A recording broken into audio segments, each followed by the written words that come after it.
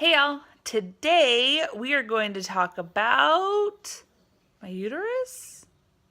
Yep, my uterus. Hey guys, so today I just had my ultrasound update for my uterine lining check. So let's back up. I've been on shots for a week now, a week and a half. I've done 4 shots, 3 shots. I really should be better about keeping track of stats. I have done 3 or 4 shots, so it's 1 shot every 3 days. So yeah, 3 or 4 shots. I've done 3 myself, and then my support person has done 1 for me. Trying to get her trained in how to do these as well, because I will be starting progesterone shots here very shortly, and those hurt like the dickens. So I wanted to get her used to the easier shots before she had to do the painful ones. So today I went in this morning and I had my blood drawn to check my progesterone and estrogen levels, make sure that they are responding to the hormones correctly and that they are exactly as they should be.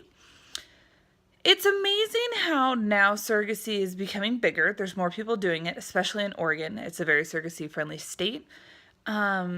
And so many people have something to say about it. I've never heard anybody say anything negative, thankfully.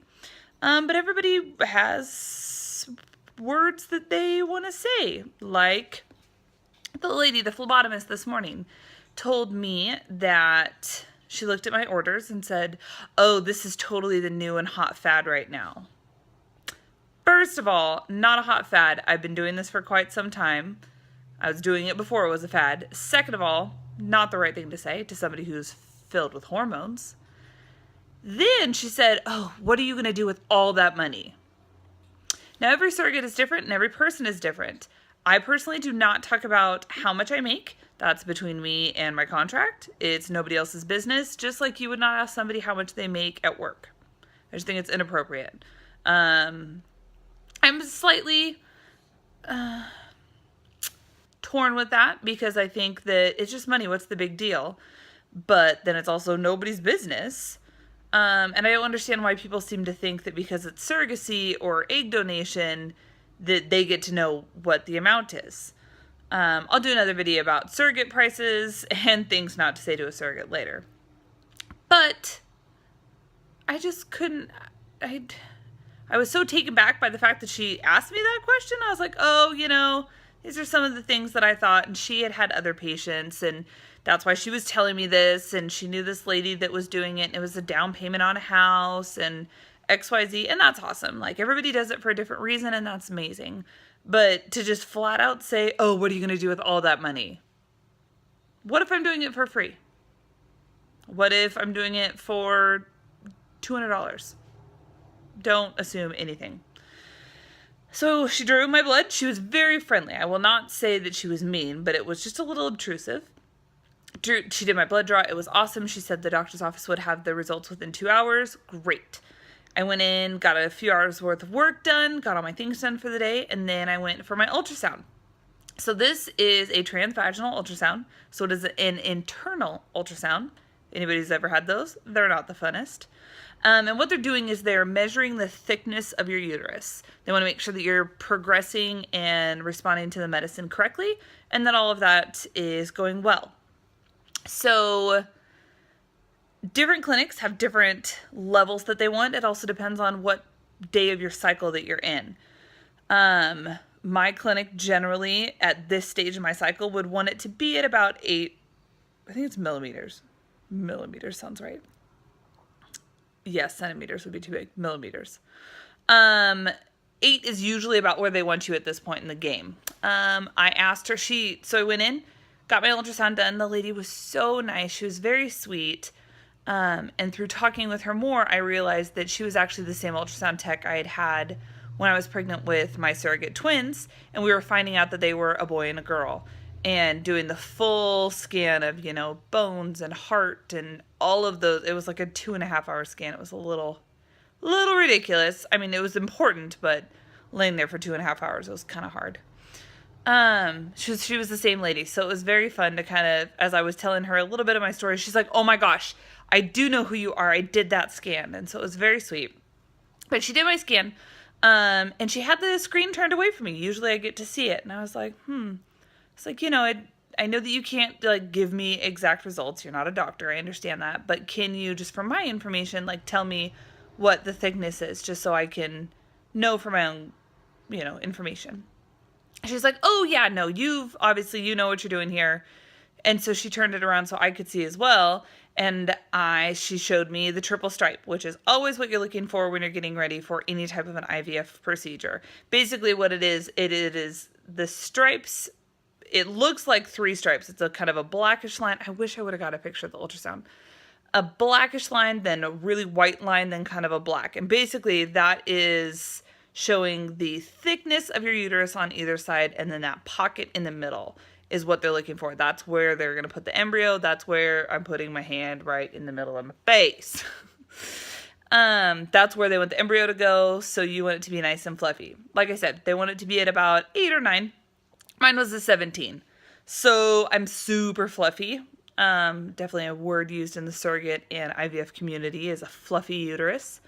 So I've got all the fluff going on, which then made me feel so much better. I've always responded very well to the hormones. That's generally never been a problem for me, but there's always those worries. You never really know until you know. And so after she told me that, I felt so much more relieved. I then got out of my appointment. I emailed my coordinator at my surrogacy, her nurse, or my coordinator from the surrogacy company, my coordinator at the fertility clinic, the 2 nurses at the fertility clinic, and the doctor at the fertility clinic, because I wanted to make sure everybody had the information. I told them that they would be sending over the information within 1 to 2 hours, which was exactly 30 minutes ago, so that they would know that all the information was on their way to them. So, and then I messaged the parents and told them unofficially everything looks awesome. I got a call like an hour and a half later from the fertility clinic saying that they hadn't received all the information. They'd only received one of the blood work and they had to call back. I don't know. Sometimes things turn into way bigger of a hassle. And she said that they hadn't received the ultrasound paperwork yet, but there was still another 30 minutes. So what's the deal? So hopefully we will get all the information. I think actually they're out of the office by this point. So that's kind of frustrating. So I should get an update tomorrow to give me the go-ahead for our travel plans next week, as well as our continuation of the hormones. So continuation of hormones means I start progesterone tomorrow. Not really looking forward to that. It's also the first of the 2-shot days. So I will still stay on the estrogen estradiol, every 3 days through 10 weeks pregnancy. And then progesterone is every single day. I will do a video about how I prep for the progesterone, because like I said, it's more of a painful shot. So I will do a video about how I prep for that, different tips and tricks that you can do to help it process so that you don't get lumps and bumps and it can be easier. But I'm very excited that we're moving forward. It seems and feels like it has taken forever to get to this point, and now it's here, and I'll be leaving for the fertility clinic in less than a week. So I'm very excited and also kind of starting to get nervous. If you like this video, make sure you give it a thumbs up. Also make sure that you subscribe so that you can get notifications to any of my updates. I will be doing continuous updates on this process, especially after the transfer. Probably do a couple more. Do one video of the progesterone shots, as well as a video of the transfer. As much information as I can show without getting too personal. So I'm very excited about this process. Let me know in the comments below if you are a surrogate or if you've done IVF, and how did you deal with the progesterone shots? Or those really painful big shots that you have to do forever? Let me know any tips or tricks that you have, and I will for sure try them out. So thank you so much for watching. Like I said, give this video a thumbs up, share it with your other surrogate friends. If you have any questions or concerns, put them in the comments below, and I will make sure to answer them. Have a great day. Bye.